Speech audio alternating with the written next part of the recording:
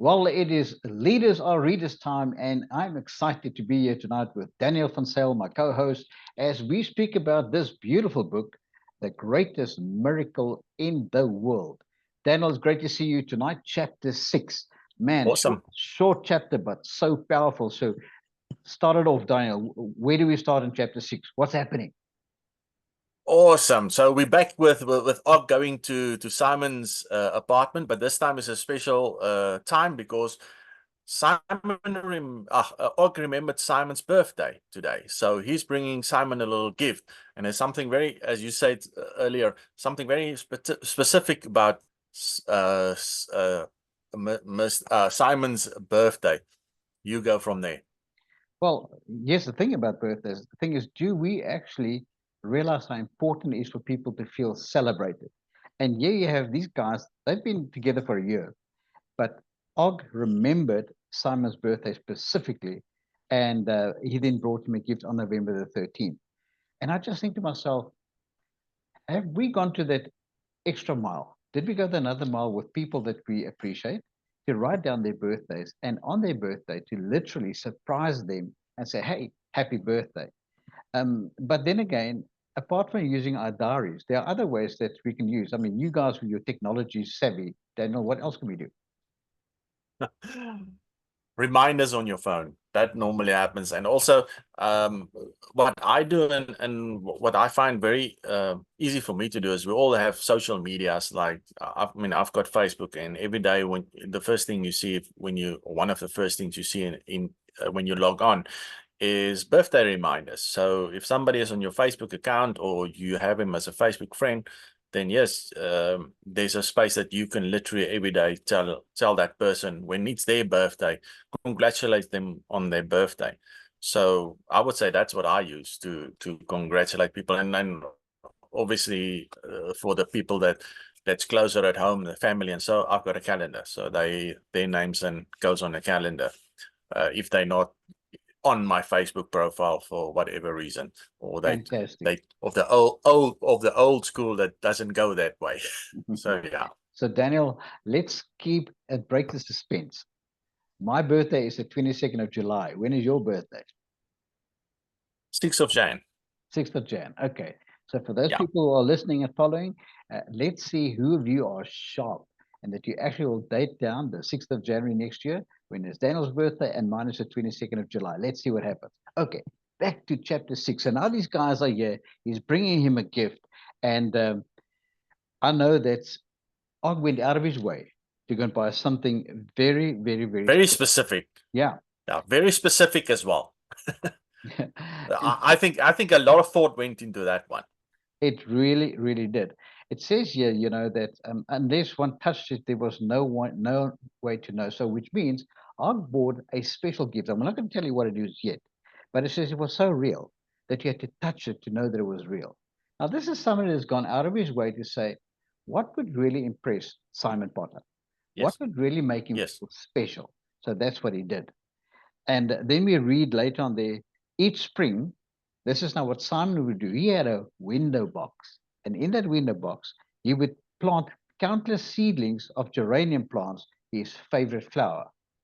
I stopped when I read that and I thought to myself, yes, Simon, and yes, Og. And Og remembers that Simon's special flower is a geranium. And what did he buy him, Daniel? A geranium. A geranium. But a different kind of, differently made, put it that way. Okay, so he bought one that was made of glass. And it was in his favorite color.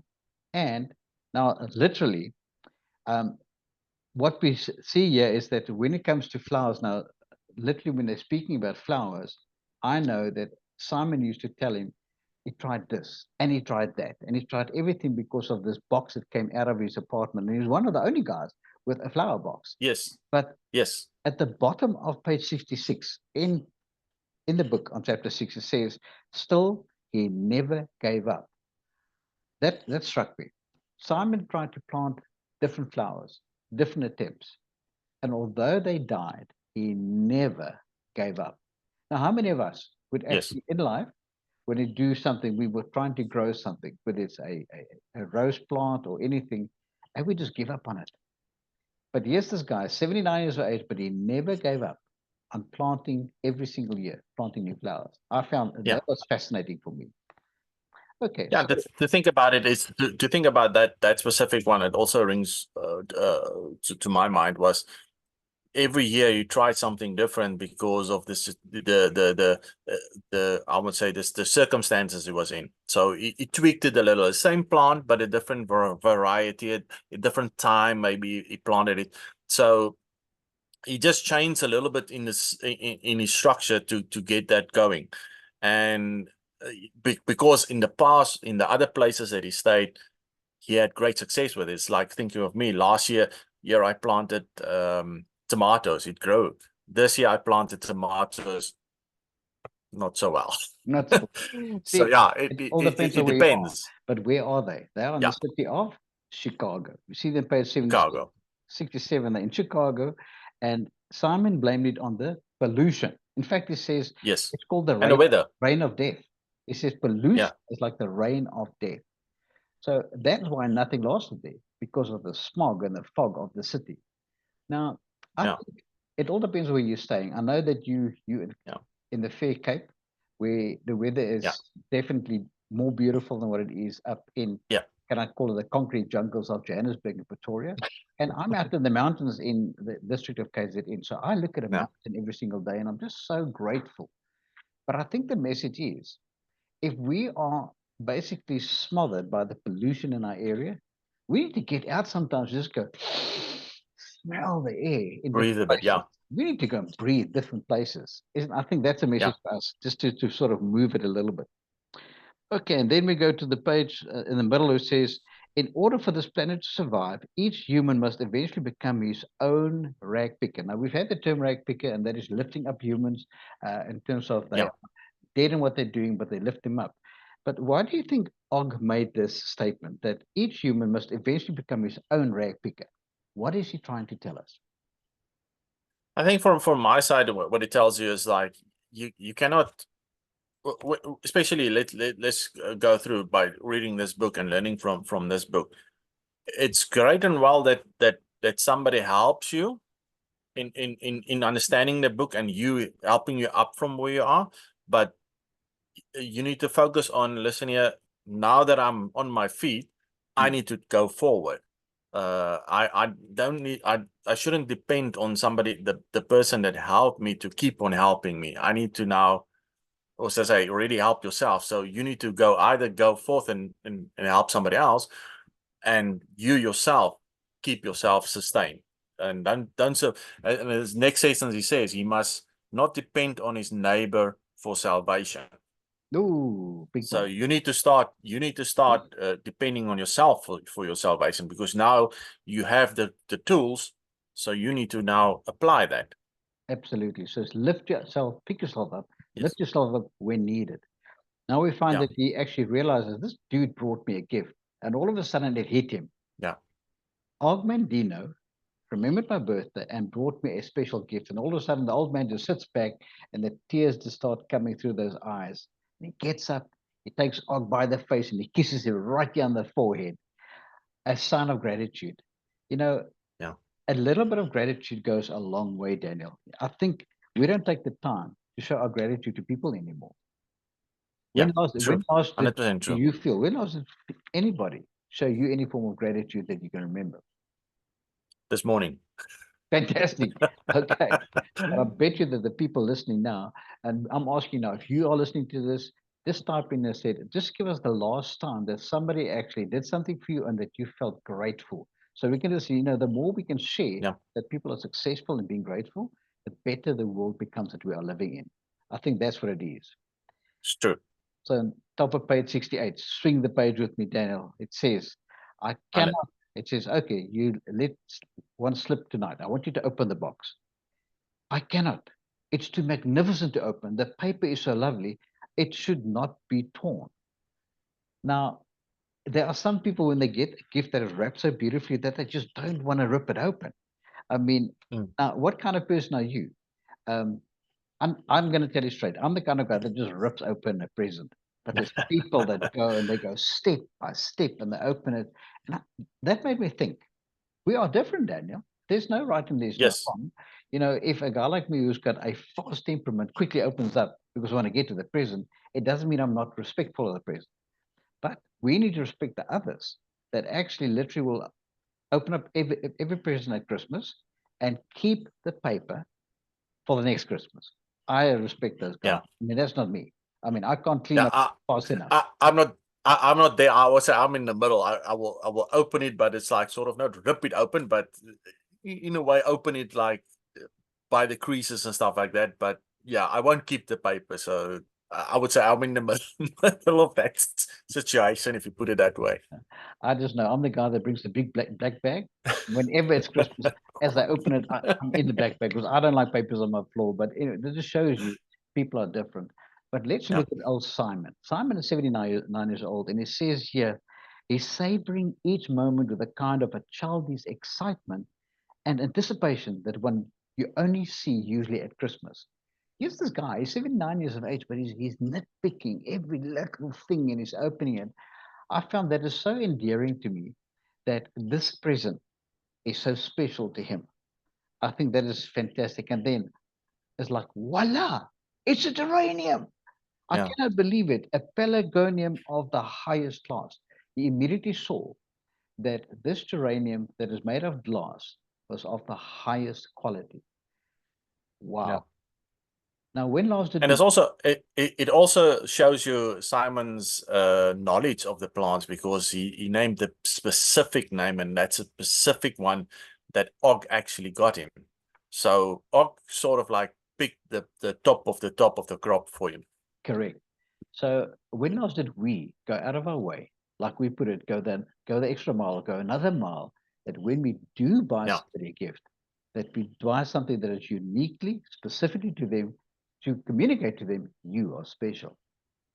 Yes. I mean, let our minds just go. I mean, if that's you, if you can think of somebody that did it for you, go and type it. And this shows you gratitude of a memory that you have of someone that did that for you.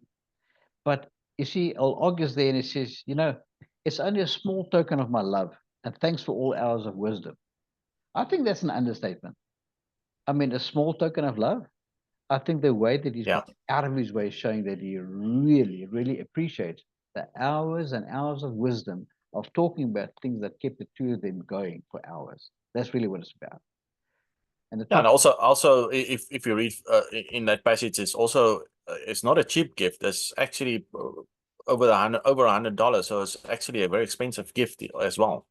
and that's a few years ago. Remember, this is like Yes, yes, quite a yes. few years ago, so it's a lot. So then, on the top of page 69, Daniel, can you just see in the middle of that first sentence, there's something that stands out. What does it say?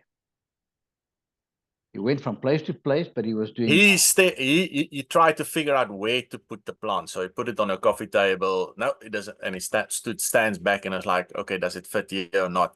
And he picks it up, move it to the next place. And he's like, sort of like figuring out, this is a brilliant, he loves the present, but now he wants to display it so that whenever maybe somebody comes in, they will notice it. So that he was trying to figure out where to land this thing. The ideal spot. And Yes. you know what caused that?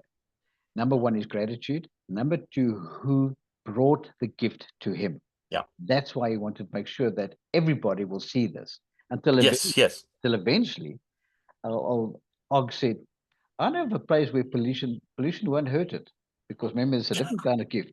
It says, Yeah. aren't you the only guy with a window box? And he starts Yeah. talking about it, says to him, let's put it there. Can you imagine when someone, Outside. Yeah. what a great idea. What a great idea. Now you see these two old timers dig in there and are starting to work together. They open up this wooden box, they move it out. He gets his little garden fork in there and he takes the soil out and they plant, because you have to take the soil out to hide the pot. And they plant this Yeah. glass geranium in this box for everybody to see. You see, that's also interesting there, because I got from that is, if he were to keep the plant inside of his little home, then only the people that come into the room will have the opportunity to admire the plant and or that glass sculpture of the plant. Now that it's outside, it's basically sharing that beauty to the rest of the world as well. Daniel, you know what I believe? I believe there's a message for all of us, Yes, that there's so much beauty in every human being that we should put it on display for everyone to see, to right. appreciate who we are and who we can become. Yeah, So if you have any beautiful characteristics, don't keep it to yourself. You become a gift to the world by showing people who you are and what you bring to the table. And don't think that exactly. you don't have anything special. Daniel, you've got something special. I've got something Yes, special. The next person's got yes, something special. We need to show the world, put it out on display, because it's for all to appreciate one another. I thought that was quite powerful just thinking about it. perfect. Yeah, And then obviously they both stepped back and they were just literally back to admire the landscaping. They stood there like little boys, like, look at this, man. It's beautiful. It's very special. And Simon shouted, now I have my geranium at last. You see, he who perseveres never fails. But Daniel, yes, that's at the bottom, page 69. Why do you think yeah. Simon said that? He who perseveres never fails. Why did he say that? It's basically because if you've got a, I put it this way in my thing, if my life is, if you've got a dream, and if you don't, if you work towards it, sometime down the line, your dream will become reality. But so many times we've got a dream and we work a little bit, on it, and then we stop working on it, so it will never realize, it will never become reality because we stopped working on it. So in that space, I would say is whenever you want to go and do something or you want to achieve something, the moment you give up and stop persevering towards that goal or that dream or whatever it is you want, then that disappears. You know, I think that moment, Simon's mind went to the attempts that he tried and he failed. He tried Yeah, and he failed. So many times he planted geraniums, then he planted this, then he planted that. But yeah, long last, he said, don't give up. There's a yeah. solution that you might not even see. And he did not know that the solution was in a permanent flower that could Form. be on Yeah, display for everybody. I thought that was yeah. And fantastic. it's solving a problem. He had a problem because he wanted beautiful flowers in front of his window, and he tried, and as much as he tried, the things keep on dying. Now he's got it, and it doesn't die. So yeah, he solved the problem, that the problem he had. Correct. And you know what we see now following? That these two guys that have been spending hours of wisdom together now start, and again, they're going to quote three different people and three things that is said that literally, I want us to stop for a moment and say, what do we get out of it? Because there's Yeah. meaning in what they said. Uh, what did Seneca say? Can you just read that for us there, Daniel? Nothing is, go for it. Sorry. On page 70. They speak Yes. about it. They're having their sherry. They're toasting the course. And then old Simon just shook his head and he says, nothing is more. You got it there? Nothing is more disgraceful than an old man should have nothing to show to prove that he has lived long, except his years. Now, that is sad. That's sad. Sad. That is very sad. That's And that is sad. sad. And then old Og pitched in. That's Seneca, right? I mean, because these guys Yes. obviously, and said, oh, Og, you're only 50 years and you remember that. And yes, but that is sad. If the only thing that people who are senior of age, and obviously you look at my hair, I'm a little bit older than Daniel, okay? Um, if the Just a only thing, smidge. yes, Midget, and the only thing that you can actually feel proud about is the fact that you've lived long years, but nothing to Yeah. show. And I think, Yeah. and that's when Seneca says, nothing is more disgraceful than an old man that has nothing to show to prove, Yeah. which means it ain't over yet. You know, we know what it is with opera. It ain't over until The fat lady sings. got it.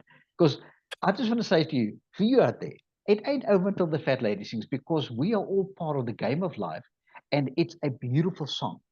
And you could be the opera that people are waiting to hear. Raise your voice. Don't be silent anymore. Be the best version that you can be, so there's no disgrace, like Seneca says, when you get old. Try and fail, that's fine. You know, Daniel and I spoke about the failure concept. It's okay to fail. So that's my encouragement to all of us. Be the opera for other people to listen to.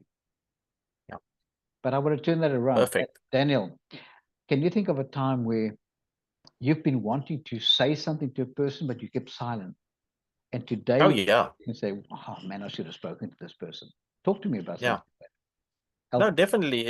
It happens when you need to greet somebody or you want to say hello to somebody, and it's in different forms. Then and you either fear of doing it stops you from doing it, or you're sort of like in a hurry to do something else, and you wanted to say hi to somebody, but then you miss that person, and then you find out a few months or so later the person has passed away, or they traveled somewhere else, so you won't meet them again.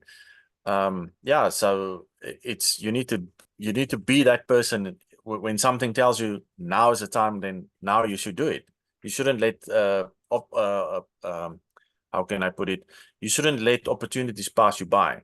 You should grab it with both hands. When opportunity knocks, open the door. Okay, Yeah. let's do that. Brilliantly. But then August so good to lifting Simon up. She said, no, no, no, no, no, no. Just to think about the number of people that you've picked up because you've helped him as a rag picker. And he reminds him, person after person, you spent your life picking up people, picking up their pieces and helping them, starting to become, reliving their new lives. Yes. Something Yes. significant. I hope that one day when, I go to be at the place of permanence, that they will say, he lifted me. I felt better in his presence. He did something for me. I think we should aspire to do that, Daniel. Would you agree with me? Correct. No, definitely. How many people have you helped in your life? Can prove that, hey, this is the guy. If it weren't for him, then I wouldn't have been where I'm at today. Absolutely. Now, the next one is from Ford. I'm going to take it because this is what most old people say. Ford said that if you took all the experience and judgment of people over 50 out of the world, it wouldn't be enough brains and talent left to run it. And he says, because people over 50 just keep on judging and judging. Number one, guess who they judge? They judge themselves. You're not good enough. You can't make a difference. Yeah. And he says, if we just took all of that out of people, there won't be enough brains to run this world. So I want to take in the great words of Henry Ford and say, you know, he was a vehicle manufacturer. We need to remain in motion. We need to put ourselves into first gear and say we want to reach second gear, into third, into fourth, so that we can actually have a motion experience and take people on a journey. But the truth is, a journey of 1,000 miles starts with the first step. Step. You and I need to actually go to the point of saying, it's worth it. Let's take that journey. Let's try. Yeah. Doesn't matter how. Take the first step. Yeah. Okay, you take us then away to what Richter said at the bottom of page 79. Go for it. Right. So the next one of the three that we're talking is Richter. Like a morning dream, life becomes more and more bright the longer we live, and the reason of everything appears more clear. What has puzzled us before seems less mysterious, and the crooked path looks straight as we approach the end. Oh, that's beautiful. That of in itself is poetry in motion. And that is so let's just go through it. Like a morning dream. I mean, sometimes we wake up and it's like, what was that dream? We try and recall it. It says, life becomes more and more bright the longer we live. I hope that is true for all of our people listening in. Is life becoming brighter for you? Because you're realizing the moments you can reflect back and you can be grateful for? We should. And it says, what has puzzled you before is less mysterious, and the crooked paths Yes. are straighter as we approach the end. Isn't it true that we become more wise?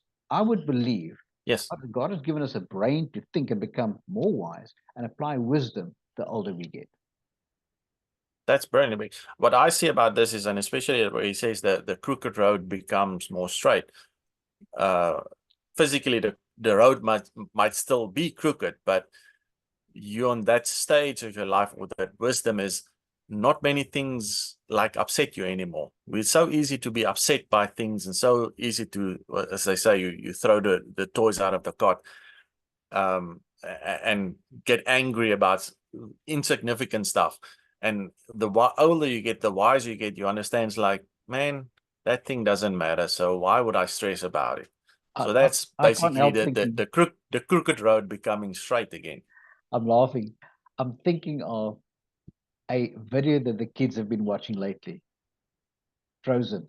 Let it go. Let it go. Let Let it go. it go. Yes, It's let true. it go. Sometimes we just have to let it go, man. Yes, Awesome. Well, Daniel, on top of page 71, I'd like you to illustrate to our people something shocking that happened that is so beautiful. What did Og do after they spoke about these three authors? Something happened in him. He just realized of the beautiful moment and he realized, oh, what did he do? What was his yes. bodily action? Tell us on top of Yeah, page 71. remember Simon said he wanted to I won't say to advertise or get the God Memorandum out, and then you realize Simon Ogre realized, listen here, this is the part where I can ask now, Simon, hey, I'm ready to receive the God Memorandum from you. But how did he do it? What body posture did he take? He went Closer to him, on his, go sit in front of him, at his feet. yeah, That hit me. That hit me that here's this very, very successful writer, highly accomplished businessman, and he goes and he sits at the feet of Simon humble. Potter with humility. So he chose the position of humility because what he was about to ask was so significant. Yes, I think I learned out of that is that sometimes we get to a point where we need to humble ourselves if the situation calls for it. He went and he sat yes, at Simon Potter's feet because he wanted to ask him, and they said to him, the God Memorandum, I think I'm ready for it. I yeah, would consider it an honor and a privilege for you to give it to me. And I promise you, I'll do everything in my power to deliver it to the world. I can think of no time in our history when we have needed it more than now. So they went and he realized, I'm ready to receive it. yes. Okay. And old Simon went like, dude, I was afraid that you rejected my offer because the months have passed and I would even forgot about it. Now, isn't that interesting? We know in the previous chapters that this God memorandum has been the thing that we've been speaking about. Yeah. And the time has passed and he didn't bring it up. And then all of a sudden he said, I'm ready. What does it say Yeah. about life? What does it say about us? It's about timing, right? Yeah. The right thing will the time appear, or as my mentor Robert always says, is like when the student is ready, the mentor will appear or the teacher will appear. Correct. So timing is always of the utmost. But so this time we have Og Mandino saying, I'm ready. But he made him a promise. I promise you I will take it out far and wide. So wow, there can't be a greater gift than that, that someone takes the time to bring you the God memorandum. But the timing has to be right. Exactly. That person needs to need it for where they are. So to me, also there's a time of gestation, a time of waiting. It's like, a baby before it's born, there's 9 months of a gestation period, waiting Yes. for the miracle to happen. And I think this is what he's pregnant with expectation. He's saying, I'm ready. I'm going to take this to the world. And then we see that in the middle of the page, they start quoting. And they said, in these days, it seems like the more complicated, high sounding, and especially if it is, Yeah. the people are attracted to it. And I said, isn't it pity that greats like the Dale Carnegies, the Norman Vincent Peales, the Clement Stones, why are people not attracted to that? I thought that was quite a sad moment. What did you make of that? I like that the way that he put that in as well, because people focus on if it's expensive and if it's sophisticated and you need a doctor's degree to understand it, then sort of that's supposed to carry more weight than the simple things in life and how to accomplish the simple things in life. And yeah, that was big to me because as I say, you can speak from a different perspective, Mhm. but for me that's would say uneducated or just a normal education. For me to go and to do crazy things out there, like what you will do if you're a master of, say, whatever what I can say, direction you're in or job you're in. I'm not that. So for me to become like a lawyer wouldn't work, because I have to put out the time for it. But yet, just as a lawyer helps somebody, me from just doing this can help somebody as well in the same way. Well, I was going to say to you, for the person with the art of connection with people and the art of Yes. restoring people as a rag picker with no qualification, what is of more worth to this world? A person who picks up another person, or other person wants to show you with gnosis how clever they are? The answer for me Yeah. is very easy. I take the person who can engage. I take the person who can connect. I take the person who says to me, hey, dude, this is going to change your life. Yeah. But the question is, will the reader take action? This is one of their greatest concerns. They say it's quite another matter for words on paper with no preliminary personal mind condition to be forceful enough to motivate the reader into action. So Yeah. they both say, okay, we can bring the God Memorandum, but will the reader go into action? And I think there are many people that read it, but they actually don't go into action, and they want that to happen. So let's Yeah, learn. it's easy to read it and easy to understand it, but it's a whole different ballgame to actually go and do it. Correct. Now that go and do it, we'll get to that. So we're going to keep them a Yes. little bit. Yes. You know what that term is called? Zygarnic. And that is that you know something's about to happen, and you don't know what, and you want to know. It's called the Zygarnic principle. Okay. So let's go Anticipation. yes. Let's go to page 72, and we see a beautiful example. Okay. Speaking about the God Memorandum, and Og says that he believes there's two things that will be needed. Yeah. Okay. Two things. One, there must be a need for the God Memorandum. Need to be for it, yeah. And two, it must have a showcase. I found that very interesting. Now, then he quoted, and I would like you to take us to the illustration of Lillian Roth. Take us to the illustration. I'll in a book of I'll Cry Tomorrow, and what she says there is, she literally puts out the one thing that's important, and that is you need to realize what she realized, and say, and there's three words that she used for that. The most difficult words she could ever utter, and that is, I need help. You need to realize, for one, you need the help before you can receive the help, if I put it that way. Oof, Because if you one. don't realize you need the help, you will never be open to the answer to your problem, or to that situation. And unfortunately, this is true. For many people Yeah. who live a life of mediocrity, it's because they've never come to the place of saying, I need help. Because Yeah. it's only when you ask. There's a good book that says, you do not have because you do not ask. But the moment you can set your pride apart and you can reach out and say, I need help. Well, I want to say to anybody listening in here today, you've been spending this journey with us with the greatest miracle in the world. And if you need help, please reach out to Daniel and myself. We're there to help you.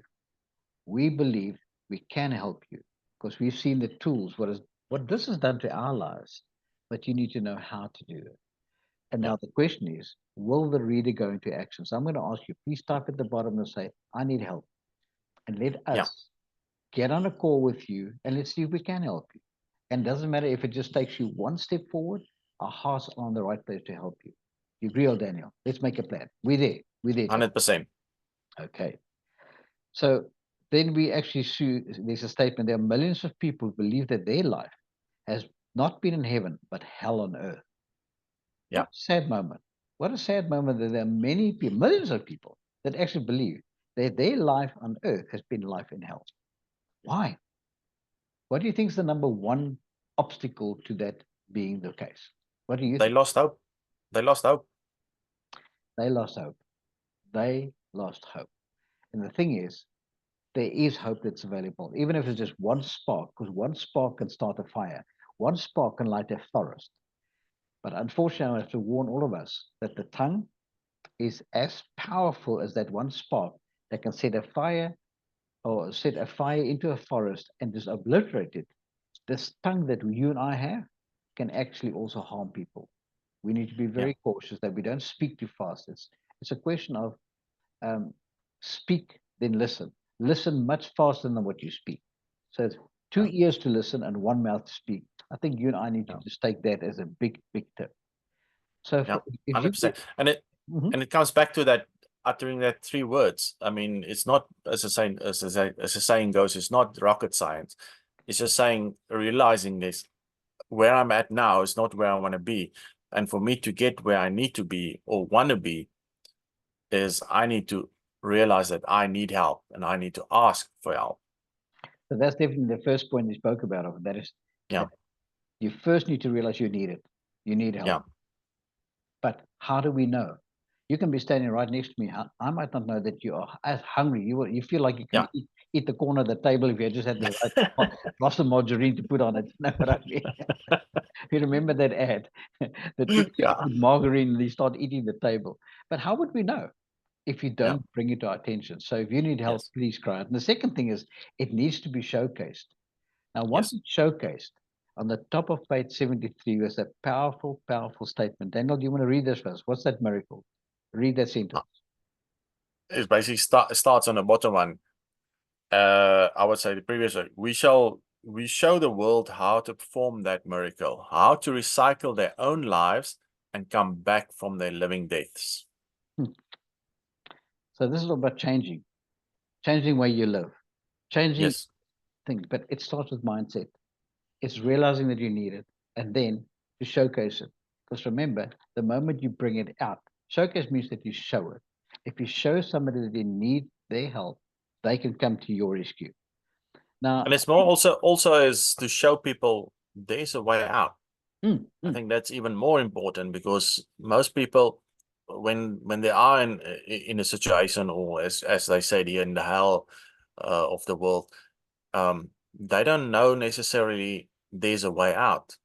And that's where as you also say, Doc, and that's where the questioning comes. And you need to ask somebody, listen here, this is where I'm at.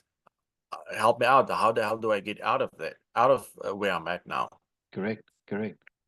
But we will only know if they bring it forth and they showcase it. But Yes. also, my favorite statement, the answer is in the question. You and I need Yes. to ask, are you okay? Are you coping? Yeah. What can I do to help you? Do you need help? And allow them the opportunity to respond. Because Yeah. we talk about in communication about the power of the pause. Often Yes. we ask the question, how can I help you? But we don't stop to let them think so they can answer us. We ask, how can I help you? And then we go on to the next thing. Jump to the next question. Yeah. Crazy.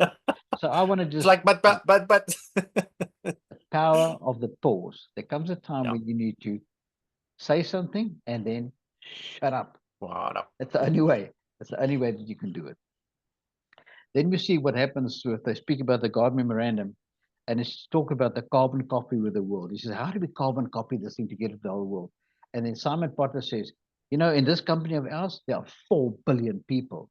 Now that was then. Yeah. How many billion people we got on Earth now in this company? A I think lot. 7 billion, which means if you Plus.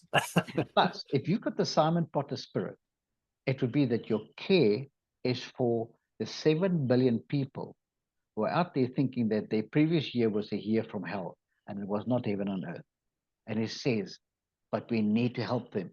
And he knows that the Yeah. God Memorandum is going to make that difference. And then, yeah, And that adds on to the next sentence just below that as well, where he said, let's give them all the chance to pull off the greatest miracle in the world. And when that happens, we all have our heaven right here.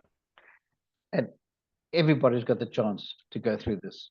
Yes. That's why we have you listening to this. And we want to ask you, as a reader that will take action, that once you have acquired through us the God Memorandum, because we're going to get there, it's going to change your life, that it becomes a world mission to let other people be exposed to the greatest miracle on the earth that can help other people and can be part of the solution. So I want to put Yes. that in your subconscious. You are going to have to take action. And then the most surprising thing happened in this book. It blew my mind. So obviously, Og is now ready. He says, I'm there. He's been on, he's at Simon's feet. He says, can I have the God Memorandum? And he said to him, can I have it now? Not yet. And what does Simon say to him? Not yet. I don't get it.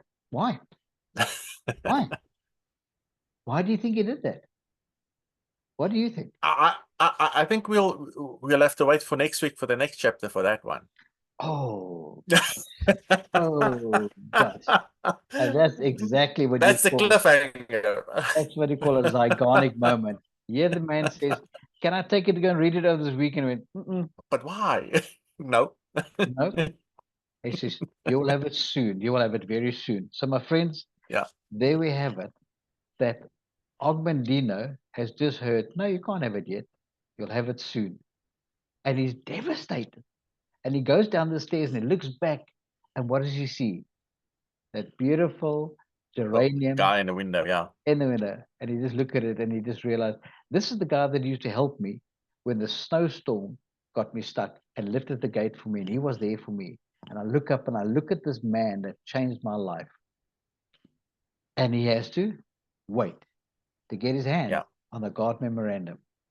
Well, so you're going to have to wait for next week when Daniel and I come together again to discuss the next chapter. Daniel, I want to thank you for your input tonight. I thoroughly enjoyed the interaction. Awesome. Your last words for us, your takeaway for tonight? I would say is that first words, first the as I say for the addicts and stuff like that, the first way to recovery is realizing, hey, I'm in trouble, and asking that word of I need help, and then actually going to asking people, listen here, I need help. Can you help me? Fantastic. The action of that. Thank you, Daniel. My words of wisdom are sometimes life is worth the wait. Yes. Wait until next week. Let me catch up with you. Welcome to the session of Leaders Are Readers. This is Daniel van Sale and Doc Ant signing out and saying we love you, we appreciate you. Pass your comments at the bottom and we catch you on the next session. Be good.